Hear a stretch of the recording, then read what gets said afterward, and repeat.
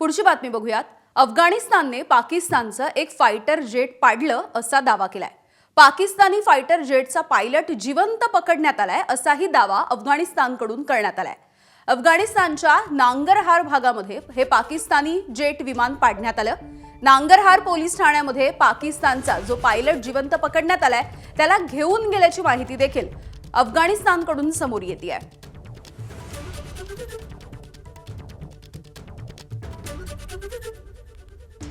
तर अफगाणिस्ताननं पाकिस्तानचं एक फायटर जेट पाडलं असा दावा केलेला आहे। खरं तर वेगवेगळे दावे पाकिस्तान आणि अफगाणिस्तान या दोन्ही देशांकडून केले जात आहेत आणि यामध्ये जेट पाडल्याच्या नंतर पाकिस्तानी फायटर जेटचा जो पायलट होता त्याला आम्ही जिवंत पकडलेला आहे असाही दावा अफगाणिस्तानकडून केला जातोय। पुन्हा एकदा आमचे प्रतिनिधी सोमेश कोलगे आपल्याला याविषयी माहिती देत आहेत। सोमेश, अफगाणिस्तान आणि पाकिस्तान यांच्यामधलं हा तणाव जो आहे, हा संघर्ष आहे, तो नेमका काय आहे आणि आता हे दावे समोर येत आहेत?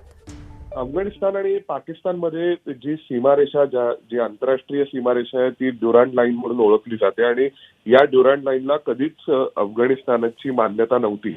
सध्या अफगाणिस्तानमध्ये खूप मोठ्या प्रमाणावर अमेरिकेने कंट्रोल ठेवून तालिबानलाही नियंत्रणात आणण्याचा प्रयत्न केला होता। पण आपण सगळ्यांनी पाहिलं की गेल्या वेळी बायडन सरकारमध्ये तालिबाननी पुन्हा एकदा अफगाणिस्तानची सत्ता हातात घेतली आणि त्यानंतर पाकिस्तान हा अमेरिकेचा एक प्रॉक्सी स्टेट म्हणून पाकिस्तानच्या विरोधात अफगाणिस्तानला राग आहे। त्याशिवाय अफगाणिस्तानच्या अनेक अफगाणी लोकांवरती पाकिस्तानने खूप मोठ्या प्रमाणावर अनन्वित अत्याचारही केलेले आहेत। पाकिस्तानमध्ये एक प्रकारे अफगाण लोकांचा वंशविच्छेद व्हावा इतक्या मोठ्या प्रमाणावरती त्यांच्या विरोधात सरकार प्रायोजित प्रयत्न झालेले आहेत आणि त्याशिवाय अफगाणिस्तान किंवा तालिबानची जी भूमिका आहे की पाकिस्तान आणि अफगाणिस्तानमधली जी आंतरराष्ट्रीय सीमारेषा आहे ती कधीच त्यांना मान्य नाही किंवा त्या सीमारेषेला ते कधीच स्वीकारणार नाहीत आणि त्यामुळे त्यांच्या दृष्टीने संपूर्ण पाकिस्तानचा अफगाण प्रांत त्यांचाच आहे। दरम्यान आता हे सगळं का घडतंय तर काल परवा ज्यावेळी पाकिस्तानमध्ये काही दहशतवादी हल्ले झाले त्यानंतर मात्र पाकिस्तानने अफगाणिस्तानवर खूपच अंधाधुंद एअर स्ट्राईक केल्या होत्या आणि अफगाणिस्तानला त्यासाठी जबाबदार धरलं होतं।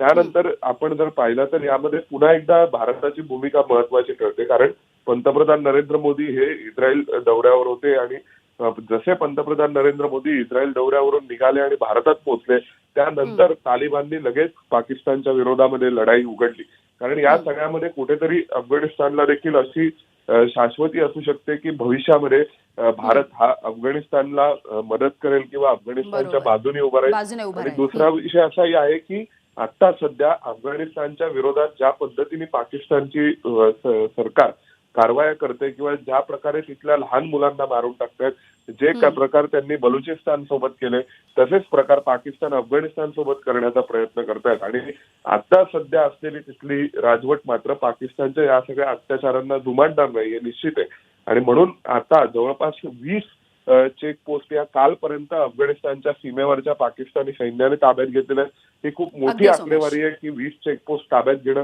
त्याशिवाय त्यांनी खूप मोठ्या प्रमाणावर पाकिस्तानी सैनिकांना ताब्यात घेतलंय पण अफगाणिस्तान म्हणतोय की आम्ही पाकिस्तानच्या लष्करी तळांवरच कारवाया करतोय। दुसऱ्या बाजूला अफगाणिस्ताननी याविषयी माहिती देखील समोर आणली आहे की पाकिस्तान मात्र त्यांच्या नागरी वस्त्यांवर हल्ले करते आणि अनेक मोठ्या प्रमाणावर अफगाण नागरिकांना लहान मुलांनाही पाकिस्ताननी लक्ष्य केले। दुसऱ्या बाजूला अफगाणिस्तान मात्र पाकिस्तानचे लष्करी तळ आणि त्याशिवाय त्यांच्या मिलिटरी इन्स्टॉलेशन्सला स्पेसिफिकली टार्गेट करून मोठ्या प्रमाणावरती पाकिस्तान अफगाणिस्तान सीमेवरती सध्या पाकिस्तानला एक प्रकारे अप्रत्यक्ष लढाईला सामोरं जावं लागतंय असं आपण निश्चित म्हणू शकतो। अगदी सोमेश सर, आपण ही दोन दृश्य बघतो आहोत। जग पुन्हा एकदा या दोन युद्धांच्या संकटात ओढलं जातं आहे। एकीकडे इराणवरती अमेरिका आणि इस्रायलनं हल्ला केलाय, दुसरीकडे अफगाणिस्तान आणि पाकिस्तान मधला जो संघर्ष होता त्याला आता युद्धाचं स्वरूप आलेलं बघायला मिळत आहे। सोमेश, धन्यवाद माहितीसाठी। एबीपी माझा, उघडा डोळे बघा नीट।